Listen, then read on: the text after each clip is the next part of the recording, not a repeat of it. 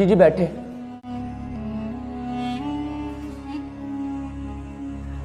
रिजवान भाई, मुझे 10,000 रुपये की ज़रूरत है।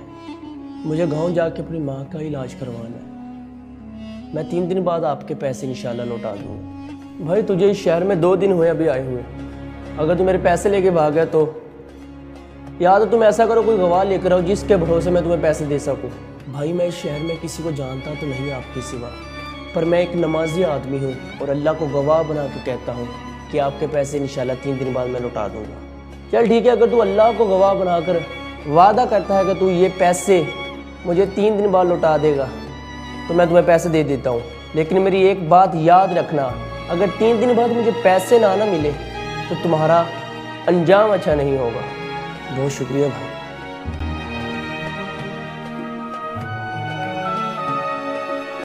आज ये पैसे मुझे लाजमी रिजवान भाई को लौटाने हैं। या अल्लाह कोई सवारी जल्दी से मिल जाए और मैं शहर पहुंच जाऊं। या अल्लाह आज मैं शहर नहीं पहुंच पाया और मैंने आपको गवाह बना के पैसे चुकाने का वादा किया था। ऐ मेरे मौला मेरी मदद फरमा।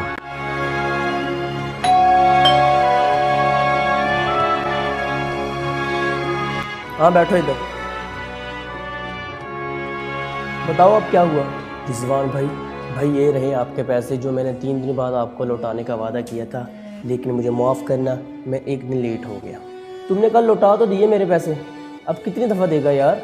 लौटा देंगे, पर मैं तो कल अपने गांव में था, मुझे तो कल कोई सवारी नहीं मिली शहर आने के लिए। क्या पर तुझे पता है। भाई ये लो आप अपने पैसे। अरे वाह, तू तो अपने वादे का पक्का निकला।